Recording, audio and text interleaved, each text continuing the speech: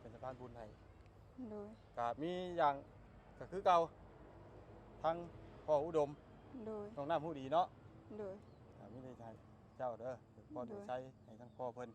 โดยพ่อเพิ่นนั่งเบิ่งยิ้มเป้ยเป้ยแล้วฮะขอบใจทั้งพ่อ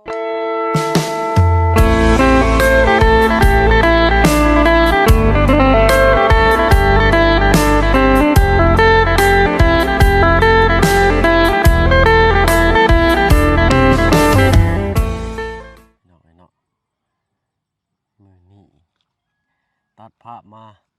หาเวียกหางานทางบ้านสกีพีนเมืองเซโปนแขวงสวรรณเขตอีกคือเก่าพี่น้อยเนาะหลังจากห่างหายกันไปหลายมือหลายเว้นเนาะเนาะมาบ้านนี่ปะกุมชุ่มเย็นเนาะบ้านซองเพิ่นก็สะอาดต้องอยู่พี่น้อยเนาะโอ้ยบ่ได้มาอัปเดตให้พี่ให้น้องลืมกันไปแล้วบ่เนาะ หลังจากกันหยุดไปช่วงสงกรานต์เมื่อกี้นี่พี่น้อยเนาะอยู่อุ่นครอบอุ่นครัวหลายมือหลายวันเติบกลับมาทางนี้ก็ยังสวยงามคือเก่าพี่น้องเนาะสวยสดงดงามภาพบรรยากาศตามเบิ่งนี่คือสิฝนฮักกระเซ้าตกบ่จักนี่เนาะยังเห็นร่องรอยการฝนตกฝนลิ้นอยู่พอดีสุ่มเย็นคักขนาดพี่น้อยเนาะมื้อนี้ก็สิแวะเวียนเข้ามาทางน้องน้ำเนาะพอดีว่าบ่ได้มาหลายมื้อกับทางทีมงานเพิ่นก็มีข่าวดีเนาะหลายผู้หลายคนมาแจ้งเนาะก็คือหลักๆก็คือทางลุงหนวดเพิ่นมาแจ้งข่าวดีหยังก็สอบถามเพิ่นอีกเทื่อนึงเนาะก่อนอื่นก็กราบทักทายสบายดีพ่อแม่พี่น้องทุกคนเนาะหลังจากห่างหายกันไปนานก็กลับมารอบนี้ขึ้นมาพบพ่อกันอยู่เซโปนเลยพี่น้อยเนาะมาพ่อกันอยู่ทางบ้านน้องน้ำเพื่อนงามพี่น้อยเนาะยินดีต้อนรับเข้าสู่ช่องบ่าวเพิ่งเคยไล่คือเก่าคือเดิมเนาะพี่น้องเลยเนาะแต่ว่าลืมไล่ห่างกันเมื่อไรบ่จักเนาะ ไปพี่น้องพ่อกันไล่ย้ายกันห่างตัดภาพมาสอดส่องเมืองทางน้องน้ำเพิ่นเห็นอย่างเด้น้องละจ้าสบายดีเนาะกลพักบัวเราก็ได้จะได้น้องละบ่ได้พ่อกันแต่ลายมือเลยโดนเติมขออนุญาตติดไม้เนาะมาหอดแล้วกลพักเลยพี่น้องเนาะมักแต่มาบ่เพิ่นโดยฮักก็มาหอดเมื่อกี้นี่เนาะโดยกินข้าวกินน้ำแล้วยังเลยเนาะกินแต่ตอนเที่ยงพูโดยมากับไผมากับ3เคยกับลุงหนวดรอบนี้เนาะโดยมีทีมงานเขามาหาแล้วบ่น้องล่ะบ่เขาไม่ได้เข้าเลยเป็นนี่ทีมงานยังบ่เข้ามาอยู่โดยมาเจออยู่เฮือนละน้อยเพิ่นทีมงานเพิ่นเข้าไปเฮือนน้องละน้อยเนาะโดยเพราะว่าเวียกงานทางนั้นก็เริ่มเข้ามาพี่น้อยเนาะมื้อนี้ก็แวะเวียนเข้ามาเยี่ยมมายามทั้งน้องน้ำคือเก่าเนาะ3เคย3กก3เคยพร้อมกับลุงหนวดยินคือว่าทางลุงหนวดเพิ่นมีข่าวดีหยังเด้มาแจ้งทางน้องน้ำเนาะแม่นบ่แม่นแน่เนาะว้าวดีใจแล้วดีใจบ่น้องล่ะดีใจแล้วมีข่าวดีมีข่าวดีใจเนาะโดยเก็บไปกินจักเทื่อเลยนี่แต่ละวันแล้วเข็นมีหานเก็บกินแล้วเข็นเฮ็ดผ้าเก็บหลายเทื่อเลยเนาะโดยเฮ็ดหยังมันน่ะนี่คนดินใหม่บ่โดยอย่ามันใส่แก่นั่นใส่ขี้เบ้เอาขี้แบ้ใส่เอาพุ่นใส่โดยต้องคนดินใหม่เนาะผักเราก็งามอยู่เด้เบิ่งนี่ค่อยเฮ็ดฮักงามเด้เก็บไว้คันชมฝนตกบ่น้องลามื้อนี้ฝนตกมันไม่ได้แห้งฝนตกแห้งบ่บ่เนาะพอดีทางเฮาขึ้นมาก็พอดีฝนวิดไปเลยพี่น้องเนาะขึ้นมื้อนั้นก็พ่นขึ้นมื้อนี้ก็พ่นเนาะทีมงานเฮานี่จังแม่นมานอะลียังว่าอยู่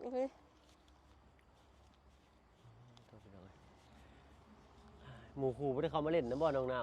ำบ่เห็นโดยยังใช้อยู่เฮือนหลาน้อยพุ่นเนาะโดยเจออยู่เฮือนละน้อยกับสาวเพ็ญนี่กินข้าวเลยสาวเพ็ญโดยสาวเพ็ญเพิ่นคือว่าเพิ่นมานั่งขายเลขเพิ่นได้เนาะฮะโดยเพิ่นมาแต่เฮือนละน้อยแล้วมาขายเลขต่อเลยเนาะค่อยแล้วมาแต่เฮือนละน้อยแล้วเฮ็ดผักนี่จะมาแต่เฮือนละน้อยคือกันโดยมากินข้าวได้ยังกินน้องหลามื้อนี้เฮือนนะแม่น้องเฮือนเจ้านี่นะกินมี่กินมีโดยมีเบาลาวกินนี่ บ่าวลาวเพิ่นมอบเมียอยู่ทางเฮือนน้องหลาน้อยเพิ่นบ่ โดย อืม เฮ็ดใส่รัดธงเขาเฮ็ดซอยบ่าวลาวเมื่อกี้นี่ เนาะ เนาะ สงกรานต์กินนี่ไปลิ้นใช่น้องหล่ะ ไปลิดน้ำเซโปน ไปลิ้นน้ำเซเซโปน มั พุทธ เหี่ยงนะโดย ไปกับผู้ใดหมู่คู่ชวนไปบ่ ละน้อย อ๋อไปน้ำน้องหน่อย สาว สาวเพ็ญ สาวเพิ่นได้ไป น้องเฮงนี่เพิ่นบ่ได้ไป น้องเฮงไปกับละน้อย อืม ค่อยไปกับลูกป่าค่อย อืม ลูกป่าส่วนไปจากไป ม่วนบ่น้องลาลิ้นอยู่พี่ ม่วนคือกัน อ้าวโธ่ ม่วนบ่ม่วนและบ่มีเงินเห็น บ่มี เขา เงิน ก็ บ่ มี ม่ว เงิ น นเขาม่วน โอ้ เงินเส้นหนึง เงินแสนเดียวหนึง โดย ได้ยังแน่เงินแสนหนึงนี่ไปลิ้นนี่ ได้กินซื่อๆแลกกินกับเมื่อบ่ฮอดสมงหนึงซื่อๆลิน อืม ยืมเงินละน้อย ยืมเงินน้องหล่ะน้อยเพิ่น โดยคุณละแสน ผู้ละแสน ฮอดดำขาดเกิบอีก เกือบขาด แม่น โอ้ยเนาะเลยได้ซื้อเกือบซะ ซื้อเกิบยืมอันนั้นเงินลูกป่าค่อยอีก อืม แสนหนึงพอดีลุงเฮิมให้เงิน200,000เงินผู้ใหญ่ใจดีให้ โดยก็เลย หมด ใส่ ใส่ ดี นี่ เลยใส่ดีเลย โดย200,000 พี่น้อยเนาะยืมมากครับได้ก็ได้ใส่หนีช่ำเนาะ โดยแค่ ทา ว่าง บ้า บ่ น มี ก็บ่ได้ไปลิ้นใช้ลิ้นอยู่แต่ในเฮือนลุงเนาะ แค่ ทาง แค่บ่มีแค่บ่มีนั่นว่าสิไปหารับจ้างแล้ว อืม สิส่งคืน ไปหับจ้างมีหับจ้างยังไงน้องหลาน ยังบ่มี ช่วงนี้ยังบ่มีเนาะ โดยเข็นเขาบอกไปรับจ้างก็ไปรับจ้างเถื่อไปหาหน่อไม้ อืม นี่ซะ ถ้าว่าอันบ่มีเวียกก็มีแต่ไปหาหน่อไม้มาขายเดี๋ยวก็ใส่หนีเพิ่นเนาะ โดย ใครได้ดอกเนาะเป็นหนีหมู่เจ้าของเอง โดย หนีหมู่เจ้าของเองเองสิใช้ไว้อยู่หน่อยเนาะ แม่ ผิดเทียงกันมากกันย้อนเงินย้อนคำมันบ่ดีบ่งามได้พี่น้อยเนาะ หลังจากห่างหายกันไปโดนนานก็กลับมารอบนี้ก็โอ้ยเนาะ ได้แล้วทิศหนึงเนาะ ได้บ่ทีหนึงเนาะน้องน่ะ อืม เข้ากลับเมื่อวันที่เท่าไหร่วะ ที่ 12บ่ แม่น12 คำบ่เพิ่งกลับเมื่อ12 3 4 15 16 17 18 6มื้อพี่น้อยเนาะ อาทิตย์หนึงนะมื้อ อาทิตย์หนึงพอดีเนาะอีกมื้ออื่นนี่ก็ซำอาทิตย์หนึงพอดีเลยนี่ทางบ่เพิ่งก็บ่ได้ลงคลิปลงหยังให้ป้าพี่น้องป้าลุงได้เบิ่งเลยเนาะมีแต่ลงวันที่14บ่ลง2คลิปไปพี่น้องเบิ่งก็มีแต่มื้อสมมาเนาะฮดน้ำฮดในให้ผู้ใหญ่ในครอบครัวเลยก็หลังจากหันบ่ได้ลงเลยพี่น้องเนาะ ม่วนและบ่เพิ่น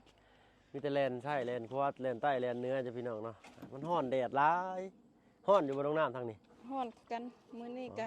แห้งฮ้อนมื้อวานก็แห้งฮ้อน แต่มื้อนี้ฝนตกเนาะ โดย สงกรานต์มื้อสบิดนั่นฝนตกแล้วขอโทษขอไปพี่น้องหนาวเนาะ แม่น มันหนาวทางนี้หนาวอยู่บ่ตรงน้ำ หนาวคือกันตอนยัง หนาวเนาะมื้อแรกจนบ่ได้เล่นน้ำพี่น้อยเนาะ แม่นไผสิกล้าลงน้ำ แต่ว่าในใจก็อยากเล่นอยู่อากาศก็พอดีเย็นอยู่แต่ว่าบ่หนาวนะแต่ตกค่ำมาก็หนาวอยู่แต่ว่าบ่มีคนเล่นเนาะ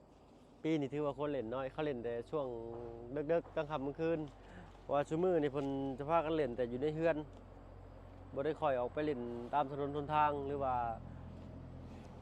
สถานที่ที่เป็นงานเพิ่นบ่ได้ค่อยไปปานใดซุมื้อนี่พี่น้อยเนาะรถหลายขึ้นแล้วก็อุบัติเหตุก็เกิดขึ้นหลายก็เลยบ่อยากไปไสพี่น้อยเนาะ เซฟตัวเองไว้ดีที่สุดเนาะทางบ่เพิ่งก็ลูกเป็นไข้ก็เลยพาลูกไปอันคลินิกเนาะมือของตอนสงกรานต์วันที่2นั้นก็เลยบ่ม่วนเลยซะพี่น้องเนาะทางบ่เพิ่งก็บ่ได้ไปใส่ทูๆไทยๆไปตามมันเฮือนลุงจันทร์นั่นแหละเนาะ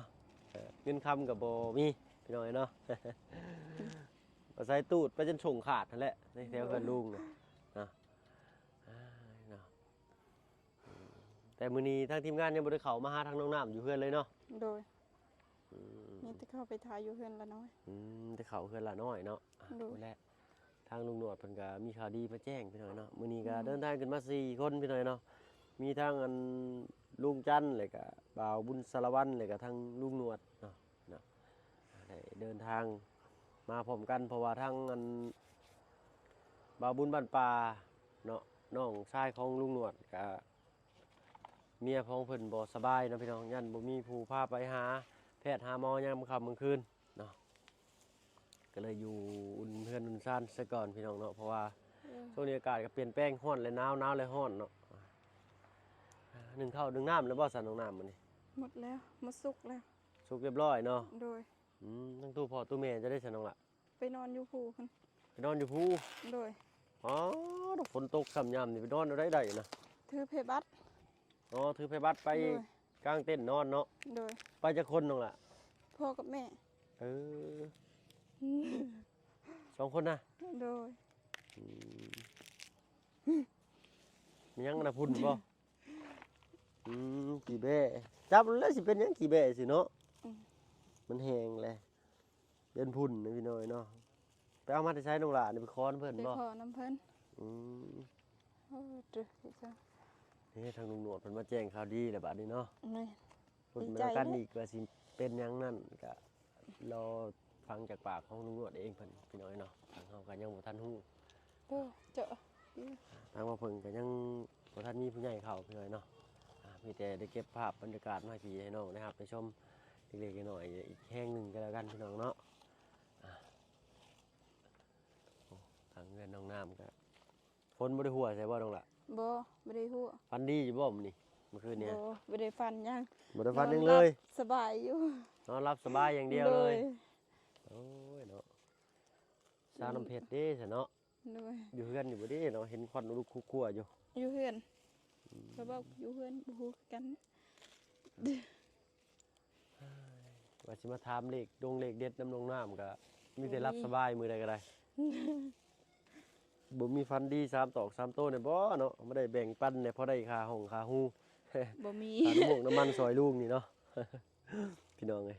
เนาะเรื่องดวงชะตานี่ก็บ่ฮู้ว่าสิเป็นอะไรพี่น้องเอ้ยเนาะมื้อใดดวงมีก็ถึกแต่ส่วนมากถ้าว่าเพิ่งบ่ค่อยได้ซื้อเลขซื้อเบอร์ดอกพี่น้องเอ้ยเนาะชื่อก็เดือนหนึ่งชื่อ2-3เทื่อนึงเนาะเลขทั้งบ้านเลขลาวก็ออกบ่อยขนาดพี่น้อยเนาะเขาซื้อคืองวดนี่ห่วยมีให้ใครให้มีหน้าใครหน้าใส่แล้วพี่น้อยเนาะออกเว้นมือออก เว้ย พี่น้อย จ้ะ ใส่ฝุ่นไปเอามาใช้ลงหลาดกี่แดนนี่ หึ ไปเอามา มา ใช้ พักพ้นไปขอ อ๋อไปคอน้ำเพิ่น โดย ใส่ฝุ่นธรรมชาติพี่น้อยเนาะมูลสัตว์มูลแบะผักบัวนี่เก็บกินเลยทั้งนองน้ำเหมือนกันเนาะถ้าผักบุ้งได้ใช่น้องละไปเบิ่งจอบเบิ่งผักบุ้งแล้วกันพี่น้อง อย่า เนาะ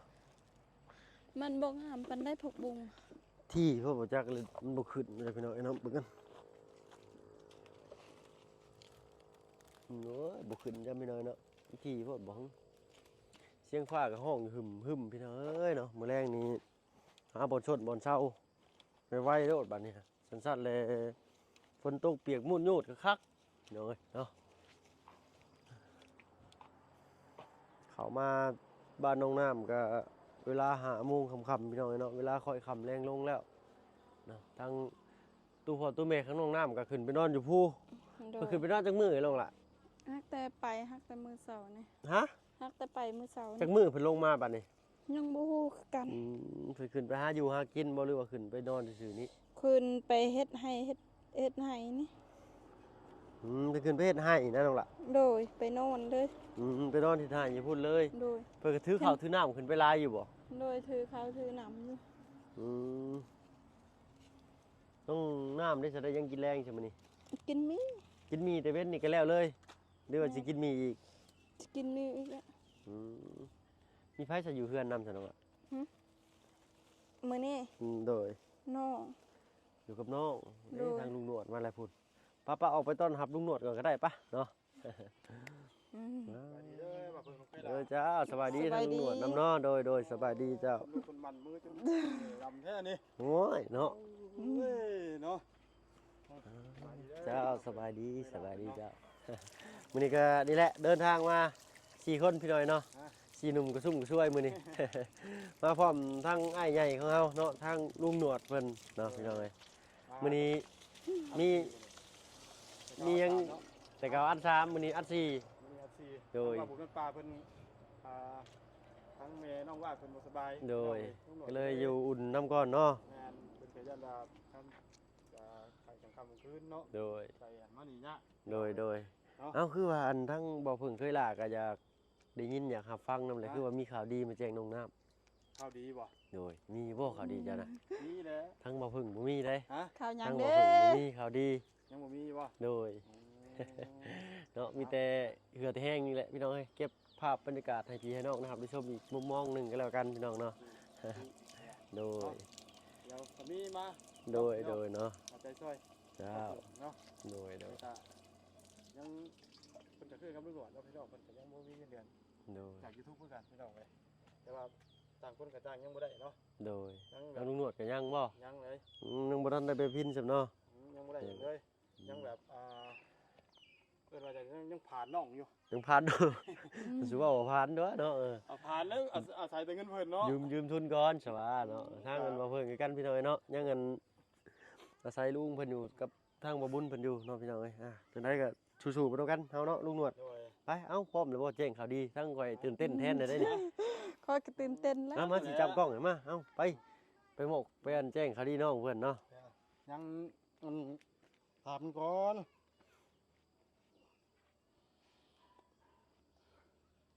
อันนั้นบ่ข่าวดีแม่นเนาะไม่ ผักคุณมีแล้วเนาะ โดย มานี่ใหญ่ผักเพิ่นก็ได้โอ้ได้ใกล้สิได้กินเลยนี่ เรากินหลายเทื่อเลยเราอะเลย ได้กินแล้ว โอ้ไปเลย ผักบัวได้ลุงหนวด หืม ผักบัวเพิ่นกินหลายเทื่อแล้วเพิ่นว่า บ่ แม่ เนี่ยแต่เก็บไปคัดสมพักแล้วมันล่มจังซั่นเสียดายเนาะมันสิเหลืองถิ่มเนาะ มีอันทางทีมงานเขามาแจ้งข่าวดีเรื่องของน้องข้างหน้ามีแต่บ่ ยัง ยังบ่มีบ่ โดย โอ้ อืม ให้เอาลงให้เจ้าบ่นะ 5 คนสวรรค์นี่เอาลงเมื่อวานนี่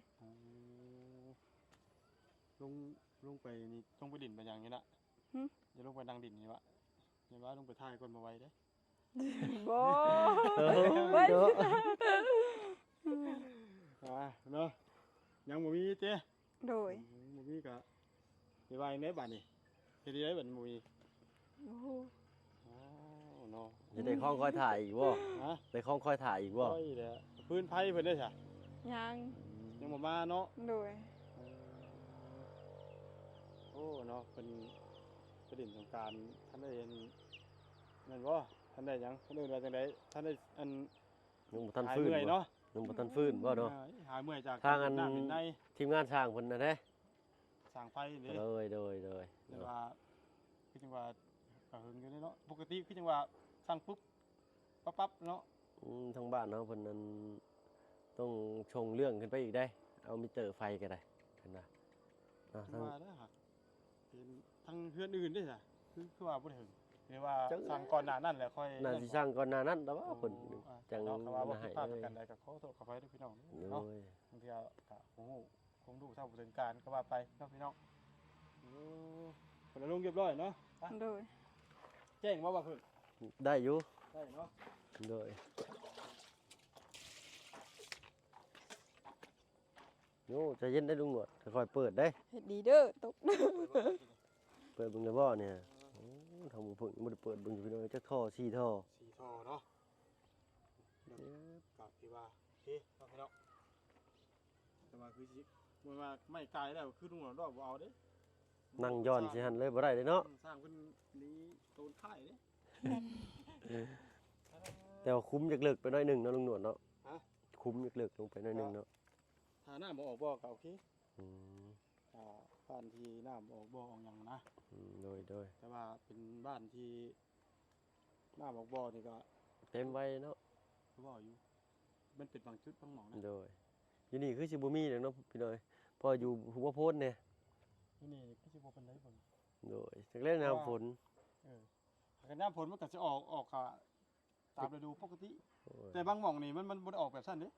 มันจะออกแบบ ไหลเลยบ่ คือแบบว่าพอยามฤดูฝนน้ำออกบ่อบ่เพื่อจะแห้งอีกที่นั่นแบบหมู่แห้งแล้วเพิ่นบ่แห้งอะนะ โดย แต่อันนี้อาจสิบ่เป็นอันนั้นเพราะมันเป็นอาดินอันนี้ แม่ดินมันแข็ง ดินดาบ ดินดาบ บ้านเอิ้นเนาะ บ่นี่ดินดานเด้ ดินดานโดย ดินดาก็เหนียวๆก็มัน ดินดานนี่จะแข็งเป็นก้อนคือดินดากแต่บ่แม่นดินดากเนาะ ถึกน้ำมันก็เปื่อยอันนี้ โดย ผ้าบ่ได้เด้อ อืม มีพ่อคือสิได้พ่อแม่เจ้าไปไสเบิดล่ะ ไปไปนอนอยู่ภูเพิ่น ฮะ ไปนอนอยู่ภู นอนอยู่ภู โดย นอนหยังล่ะ ไปเฮ็ดให้ อืม มันใกล้จังไปน น อ อน น อยู่ผู้เดียวบ่นี่ กับน้อง นึกว่านอนอยู่ผู้เดียวจะรักผู้บ่าวผู้หยังขึ้นมา บ่ ไปสิรักผู้บ่าวผู้บ่าวก็บ่มีไปสิ อ รั ย่าก งนี้ติ แม่น โอ้เนาะยังว่าห้องน้ำอยากได้เนาะ อยากได้แหละคันมี อยากได้เนาะคันมีเนาะ โดย ครับทำอยากได้ดีกะลุงหนวดก็สิได้เนาะเปิดเผยพี่น้องเลย อืม โดย วันนี้ลุงหนวดก็จะได้มาแจ้งข่าวดีเรื่องของน้ำทั้งเรื่องค่านะค่าสร้าง โดย แล้วก็ค่าแพนอลิซิ่ง โดย ไม่หาคุดซิปเนาะ โดย พี่น้อง ลุงนวลหับเบิดบ่ ขาย ที่ไหลมานี่ แม่นชวนนี่ก็ อืม ครับชวนนี่แหละ ทางลุงหนวด ส่ที่เหอก่อนหน้านั้นทั้งเบาเชียงเพิ่น โดย เคลียร์เรียบร้อยแล้ว โดยมี เนาะ มี แม่น บล็อก บ่ มีปูน โด บ่ ย แม่นคือเพราะว่าทั้งถามเบาเชียงแล้วเพราะว่าเรือแค่ไม่นี่ครับบ่เกินไม่3 เมตรตายเนาะก็สิอยู่ระหว่างประมาณม10 เซนน่ะประ โด มาณ ย น่าสิบ่ฮอดดอกห้องน้ำน้อยๆนี่ โดยทั้งอันลุงนวดมีไม้แล้วก็แผ่นลูซิ่ง แม่นได้งบนี่มีอยู่15,000เนาะ โดย ที่ว่าสามารถสมทบเป็นค่าสร้างค่าซื้ออะไรส่วนหนึ่งเนาะ โดย เข้ามาสมทบกับทั้งว่าเสียงเนาะ โดย ถ้าว่าพอก็หรือบ่พอจังใดก็เดี๋ยวทั้งพ่อเพิ่นก็สิเบิ่งอีกเทื่อนึงเพิ่นว่า โดย เนาะแต่ว่าเพิ่นก็เอามาให้ก่อนส่วนหนึ่งเนาะ โดย ส่วนที่ว่าก็รอรุ่นเบิ่งพี่น้องว่าสิได้ทำใดเนาะเพราะว่าค่าสร้างนั้นถามบางทางว่าเสียงมันว่าประมาณ4 ล้าน โดย เนาะค่าสร้าง ค่าไม้ค่าแผ่นลูซิ่งอีกเนาะบัดนี้ แม่น จักสิพอหรือบ่หรือแนวใดก็ ถ้าว่า รุ่นไปทางกันอีกเท่านั้นแหละนี่ ถ้า เนาะ ว่าบ่พอก็บ่หลายเนาะ โดย เหลือก็บ่หลายก็สิประมาณนี้ ก็สิขาดเหลือแต่หินทรายนี่แหละบัดนี้ ก็หินทรายน่าสิพออยู่มั้ง ทรายนี่บ่พอแล้ว ถ้าบ่พอก็เฮาต้องซื้อเป็นสอบเป็นอิหยังไปเพราะว่า โดย ถ้าสิซื้อว่าเป็นรถก็บ่ได้บัด เหลืออีกบัดนี้เนาะ เขาซื้อมาได้เด็กกันหน่อยซื้อมาเป็นรถก็ใช้นาเดียวเนาะสมมุติเนาะ และคันว่ามีอันในอีกก็สิเทกันปงกันเปื้อนให้น้องเพิ่นบ่หรือจังได๋ก็ติดตามเบิ่งไปนำกันนี่แหละพี่น้อยเนาะเดี๋ยวแลเบิ่งตามงบประมาณเพิ่นให้มานี่แหละพี่น้อยเนาะ ตัวนั้นเอาไว้ก่อนแต่นะ โดย เอาเรื่องตัวที่อันห้องน้ำก่อน โดย เนาะเพราะว่าเอาตัวนี้ให้มันผ่านไปก่อน โดย มันเสร็จสิ้นจากตัวที่ห้องน้ำก่อนเนาะ โดย เพิ่นมอบหมายมาก่อนตัวที่ว่านั่นเดี๋ยวถ้าว่ามีก็จังว่ากันอีกเทื่อนึง โดย เพราะมันยังบ่มีเฮาบ่รู้ไปเองบ่ได้ดอก โดยโดย ถ้าว่ามีผู้ใหญ่เพิ่นยังนั่นก็ยังว่ากันอีก โดย แต่ว่ารับหน้าที่ส่วนห้องน้ำก่อน จ้าจ้า เงินเป็นเงิน15,000พี่น้องแต่ที่นี่ให้น้องน้ำเบิ่งคือเก่าเนาะเดี๋ยวว่าน้องน้ำสิไปซื้อเองวะ บ่ เจ้าสิ เลย ซื้อเองนะลุงหนวดสิให้เจ้าเอาวะ บ่ ลุงหนวดเอาเป็นเงินกีบมาห้านค่าเนาะเพิ่นเอิ้นห้านค่าเนาะ โดย ที่ การ ว่า แลกเงิน ได้ แลก เงิ เงิ น นตา ได้เงิน เปลี่ยน ตา เงินตาโดย 15,000 บาทเงินบาท โดย ต่อเงินกีบ9 ล้าน355,000 กีบนี่พี่น้อง โดย ให้ทั้งน้องน้ำเพิ่นจับเบิ่งก่อนนะเพื่อว่าเพราะเป็นนั่นเนาะ หัวใจกระชุ่มกระชวยแน่เนาะ แม่นคือออก อืม เฮ้ย เห็นบ่ อันเคยได้อยู่บ่น้องน้ำเงิน9ล้านนี่ทั้งบ่เพิ่งมันเคยได้อีกเทื่อได้ดิ ยัง จับไปเลย โดย เนาะพี่น้องเอ้ย สั่นเลยมือ เนาะ เอาไปบุญประดิษฐ์สงกรารได้ซำนี้บ่ เส้นหนึงซื่อ แสนหนึงพี่น้องเนาะ ๆได้สำนีบุญแล้วได้เส้นหนึงซื่อๆไปเล่นสงกรานต์เกือบกระคาด เกิดบ่ขาด แม่นได้เส้นหนึงยืมเงินละน้อยเด้ ยืมเงินหน่อยอีก โดยเกือบขาดยืมเงินป๋า เอ้า ลูกป๋า ลุงหนวดให้ยืม เพิ่นได้ตัวนี้หั่นเนาะ เนาะเอานี่ก็คือจำนวนเงินที่ว่าทั้งพ่อเพิ่น โดย ฝากมาสดมาซอยเห็นว่าทั้งของน้ำเพิ่นว่าก็คือจังเพิ่นก็เบิ่งแน่เนาะว่าก็ยังอยู่ยังบ่มีไผเข้ามาเนาะเพิ่นก็เลยให้ลุงหนวดฝากมาให้เป็นลุงหนวดเป็นสะพานบุญให้ โดย ก็มีอย่างก็คือเก่าทั้งพ่ออุดม โดย น้องน้ำผู้ดีเนาะ โดย ม มีได้ให้เจ้าเด้อพ่อโดยใช้ให้ทั้งพ่อเพิ่น โดย พ่อเพิ่นนั่งเบิ่งแล้วยิ้มเป้ยอยู่นะฮะขอบใจทั้งพ่อพ่อเนี่ย พ่ออุด พ่อ ม โอ้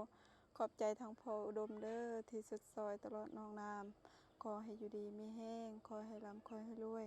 พัฒนาสิ่งใดขอให้ได้สิ่งนั้นความเจ็บบ่ให้ได้ความใครอย่าให้มีสาธุ สาธุ ถูก เอา เนาะ ขอบใจทั้งลุงโนดน้ำเด้อกับบ่าวเพิงน้ำเด้อขอให้อยู่ดีมีแห้งขอให้ร่ำขอให้รวยพัฒนาสิ่งใดขอให้ได้สิ่งนั้นความเจ็บบ่ให้ได้ความใครอย่าให้มีสาธุ เนาะเอากะในนามนุ่งหนวดที่ว่าทั้งพ่อเพิ่นพ่ออุดมเนาะเพิ่นก็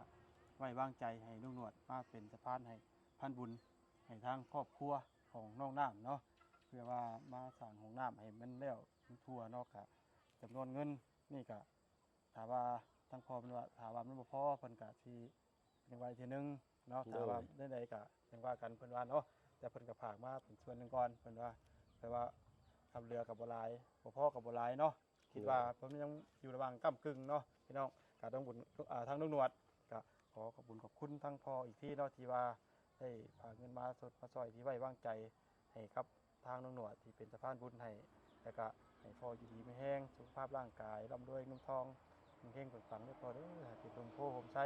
น้ำดูมดานดูนานๆจะขึ้นเหนื้อลงใต้ให้ตลอดปลอดภัยธุรกิจการงานอย่างก็ให้รุ่งเรืองเจริญก้าวหน้าด้วยพอเด้อชีวิตสาธุเนาะถ้าว่าลูกเว่าผิดพลาดประการใดขอโทษขออภัยพอเด้อคิดไว้คือเก่าเนาะ โดย ให้น้องหน้าไปซื้อก็คือสิบ่เรียกอีกเนาะ แม่น เอาป่านนี้ โดย ใจทั้งว่าเพิ่งเด้อ โดยเนาะ เพิ่นจับไม้ให้ลุงหนวด จับกล้อง จับกล้อง ว่าแม่นจับไม้จับไม้ เนาะทางเฮาก็สิขอตัวลาทางน้องน้ำก่อนพี่น้อยเนาะบัดนี้ได้เวลาค่อยคำแรงลงแล้วก็สิหาที่พักเช่าก่อนพี่น้อยเนาะน้องละเนาะสบายดีเด้อเนาะโดยก็ไม่นี่เนาะ